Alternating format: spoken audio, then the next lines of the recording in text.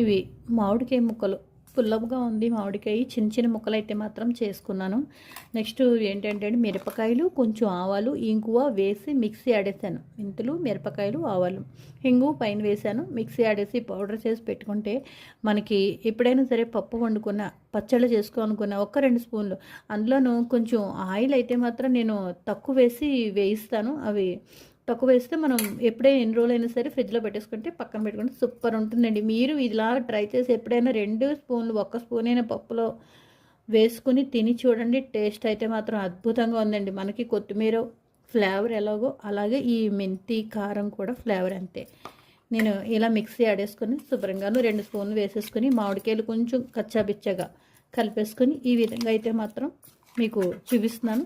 కొంచెం ఆయిల్ పోసేసి ఇవన్నీ కలిపేసుకోవడమేనండి.